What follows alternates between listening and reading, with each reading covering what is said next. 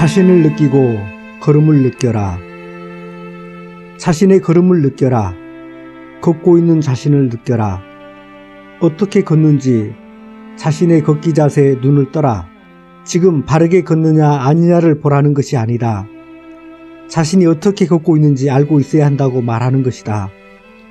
거울을 보면서 얼굴의 생김새를 알고 체형을 아는 것처럼 자신이 어떻게 걷고 있는지 제대로 알아야 되지 않겠는가? 내가 느낄 수 없는 걸음, 내가 알지 못하는 근거 없는 걸음은 어떻게 걷든지 내 걸음이라고 말할 수 없다. 내 걸음이라면 내가 걷고 싶은 대로 걸을 수 있어야 한다.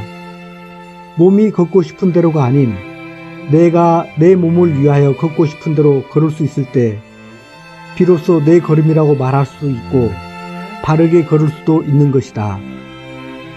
자신의 성격을 정확히 알면 실수를 줄일 수 있고 성격도 바꿀 수 있는 것처럼 자신의 걸음걸이를 정확히 알면 걷기 자세를 바꿀 수 있으면 물론 몸의 자세도 바르게 만들 수 있다. 그것도 지속적으로. 할아버지가 손자와 함께 잠을 자게 되었다. 손자가 물었다. 할아버지는 주무실 때 수염을 이불 속에 놓고 주무세요? 아니면 이불 밖으로 내놓고 주무세요? 손자의 갑작스러운 질문에 할아버지의 머릿속은 분주해졌다.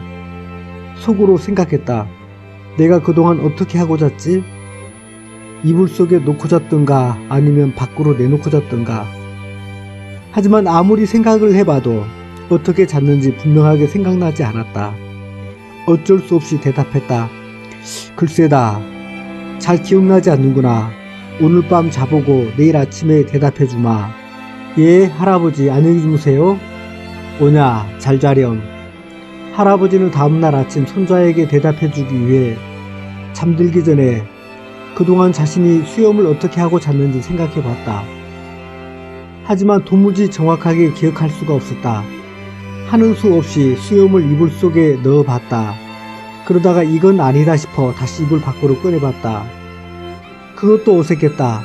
도로 넣었다가 뺐다가 하기를 한참 동안 반복해 보았지만 그래 이게 맞아 라고 할 만한 속 시원한 답이 나오지 않았다. 얼마 동안 그렇게 씨름을 했는지 할아버지는 결국 지쳐서 잠이 들고 말았다. 할아버지는 평소 잠자리에 들 때마다 애지중지 여기던 수염을 잘 처리하고 잤었다. 하지만 할아버지 본인도 어떻게 하고 잤는지는 알 수 없을 만큼 무의식 중의 일상이 되어버렸다. 이와 같이 우리 삶의 많은 부분이 갈수록 무의식에게 지배당해가고 있다. 걷기는 이미 오래전에 무의식의 행동 중 하나가 되어버렸다. 우리는 틈만 있으면 무의식적으로 스마트폰을 들여다본다. 그렇게 보는 시간이 최근 통계에서 하루 평균 5시간이나 된다고 한다. 무의식에게 지배당하는 행동이 많아질수록 우리의 사고는 빈약해지며 우리의 영혼은 점점 껍데기로 변해간다.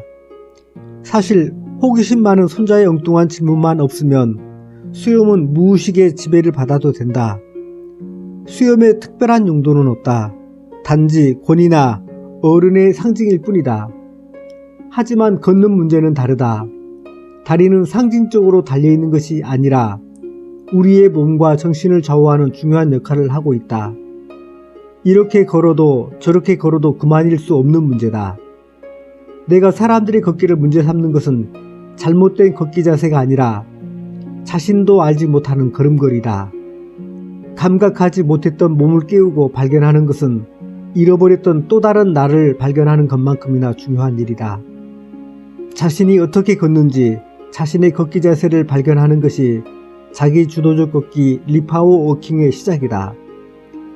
사람들은 거울을 보면 대부분 얼굴만 본다. 자신의 몸을 보는 경우는 드물며 보더라도 건성으로 본다. 자기의 몸을 몰라도 너무 모른다. 걷는 자세는 물론 몸의 습관이나 버릇, 몸의 변화 등 자신의 몸에 어떤 문제가 있는지 모르기를 꼭 남의 몸처럼 건성으로 안다. 자기 몸의 현재 모습을 모르는데 어떻게 관리를 기대할 수 있을까? 몸이 우연히 바른 자세를 유지해 줄 수 있을까? 잡초는 관리하지 않아도 잘 자란다. 아니, 괴롭혀도 죽지 않는다. 그러나 곡식은 다르다. 아무리 좋은 종자를 골라 옥토에 파종했다 해도 농부가 관리해주지 않으면 얻을 것이 별로 없다. 우리 몸이 그렇다. 관리하지 않으면 좋아질 수 없는데 하물며 남의 몸 대하듯 한다면 결과는 빤한 것이다. 아, 내 몸은 안 좋아질 일만 남았구나 라고 생각하면 틀림없다. 이제 거울을 보면 얼굴만 보지 말고 몸도 보라. 얼굴만 나는 아니지 않는가. 몸의 자세가 반듯한지 균형은 잘 잡혀 있는지 살펴보라. 거울로 얼굴만 보면 잘 생겨질 가능성이 없으나 몸을 보면 잘 생겨질 가능성이 있다.